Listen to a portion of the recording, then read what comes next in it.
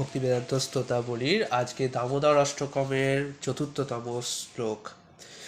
বরং দেব মোক্ষং ন মোক্ষাবধিং বা ন চান্নং বৃণে অহং বরে সাদপিহ ইদন্তেব পূর্ণাথ গোপাল বাল সদা মে মনস্যা বিরস্তা কি মান্নায়।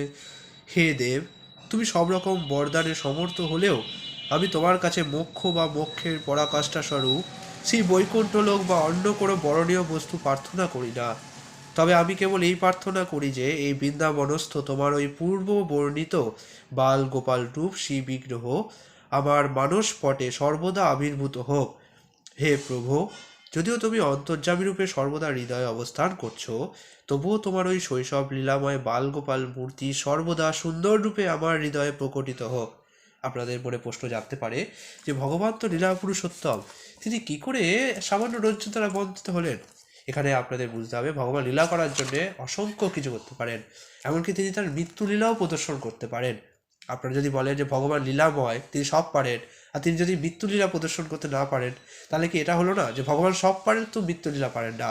তেমনই কখনো কখনো ভগবান তার মৃত্যু লীলা বা দেহকে পরিত্যাগ করার লীলা প্রদর্শন করেছেন, যেটি আমরা ভগবানের ভক্তরূপে মাঝে মাঝে বিভ্রান্ত হয়ে যাই যে তিনি ভগবান অথচ তার সাধারণ মানুষের মতো মৃত্যু হচ্ছে, এটা কিভাবে সম্ভব?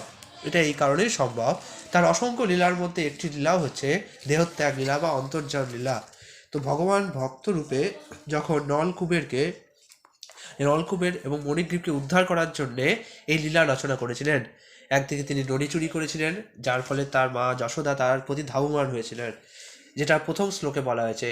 যেখানে দ্বিতীয় শ্লোকে বলা হয়েছে যে ভগবানকে কী করে যশোদা ধরে ফেলেছিলেন এবং ভগবান তার হাত দিয়ে, কমল লোচন হাত দিয়ে তার চক্ষু মুচ্ছিলেন এবং বারবার কাঁদছিলেন।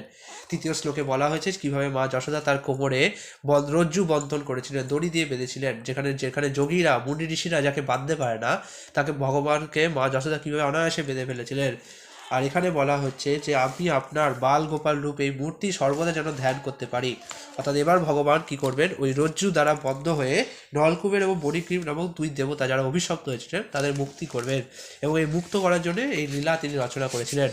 যেভাবে অনেক সময় আপনারা করেন না, একটা কাজে যান এবং 3-4টে কাজ একবারে করে ফেলেন, এমন কিছু হবে। তো এইভাবে ভগবানের সবসময় একটা উদ্দেশ্য দ্বারা অনেক অসংখ্য উদ্দেশ্য সাধিত হয়ে যায় একটা কাজের দ্বারা। এই কারণে ভগবান এরকম লীলা প্রদর্শন করেন। আগামীকাল আমরা আপনাকে 5 নম্বর শ্লোকটি বলবো। তবে হ্যাঁ, অবশ্যই আপনাকে পুরো শ্লোক বুঝতে গেলে প্লে লিস্টে যেতে হবে এই চ্যানেলে, এবং সেখানে শ্রী দামোদর অষ্টকম অনুবাদ এবং তাৎপর্যের সমস্ত প্লে লিস্টে 1, 2, 3 করে দেখতে হবে। যদিও ভগবানের লীলা সবসময় মিছরির মতো, আপনি যেখান থেকে কামড় দেবেন সেখানেই স্বাদ পাবেন, তবুও পুরোপুরি বোঝার জন্যে আপনাকে প্রথম থেকে আস্বাদন করতে হবে। হরে কৃষ্ণ, আগামী দিন আবার দেখা হচ্ছে।